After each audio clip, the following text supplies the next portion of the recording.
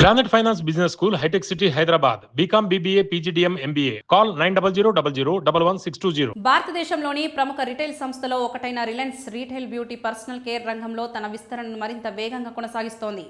ఈ క్రమంలో నటి, వ్యాపారవేత్త ప్రియాంక చోప్రా స్థాపించిన గ్లోబల్ హెయిర్ కేర్ బ్రాండ్ అనామలీను పూర్తిగా స్వాధీనం చేసుకున్నట్లు ప్రకటించింది.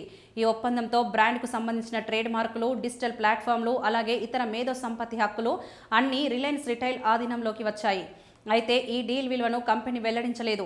2021లో ప్రారంభమైన అనామలీ బ్రాండ్ తక్కువ ధరల్లో రసాయన రహిత మరియు వేగన్ హెయిర్ కేర్ ఉత్పత్తులను అందిస్తూ అంతర్జాతీయ మార్కెట్లో మంచి గుర్తింపు తెచ్చుకుంది.